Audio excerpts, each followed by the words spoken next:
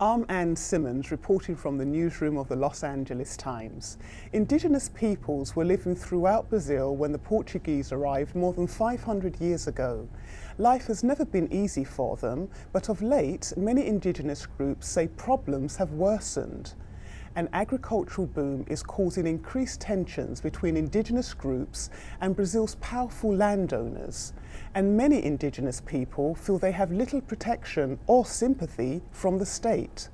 Vincent Bevins is a special correspondent for the Times based in Brazil.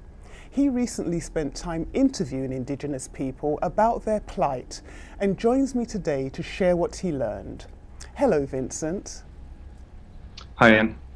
Tell us first of all, Vincent, who are Brazil's indigenous peoples? Is it one group or many?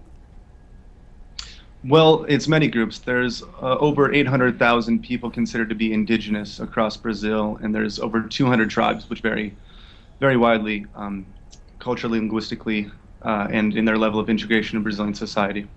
So it's a very diverse group. And tell me, what kind of land rights do they currently have? Well, after the military dictatorship fell apart in the 80s, the 1988 Constitution began to grant reserves to indigenous people, and now about 11% of the country has been granted to indigenous peoples.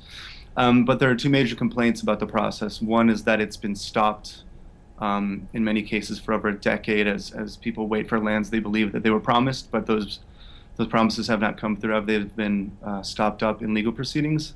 And those indigenous reserves which have been granted are often said to be disrespected by local landowners who may come in to take natural resources or deforest the native land.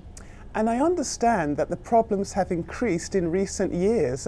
What is at the root of the most recent increase in the complaints and the plight of these Indians?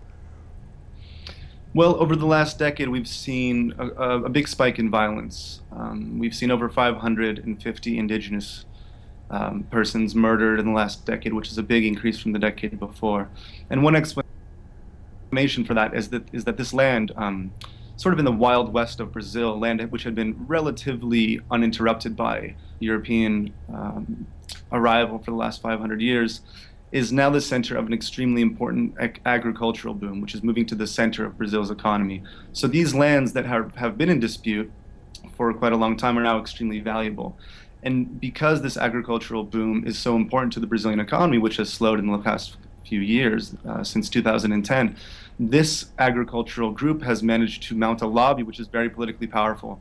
And they're now successfully, it seems, lobbying the government to rewrite the rules as to how indigenous groups will be awarded land and who will get them. So really this violence comes from a stalemate in the political process due to changing power dynamics in Brazilian politics. Now, I understand that past governments, for example, have been accused of mistreating indigenous peoples in Brazil and have even been accused of genocide. What is the current relationship between indigenous peoples and this current government? Well, after the 1988 Constitution, the indigenous peoples had their best period, that you could call it. It's in its 500-year history of interaction with European peoples. That's a very low bar. But in the last decade, things have gotten worse, indigenous leaders say.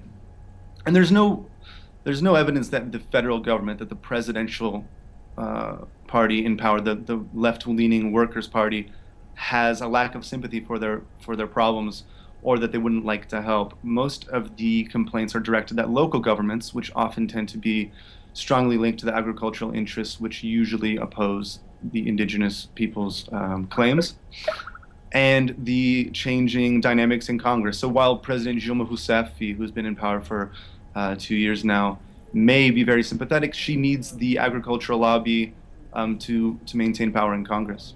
Now that's an incredible situation. Thank you so much, Vincent, for your insight. We will be following your story. For more on this and other stories, please go to latimes.com.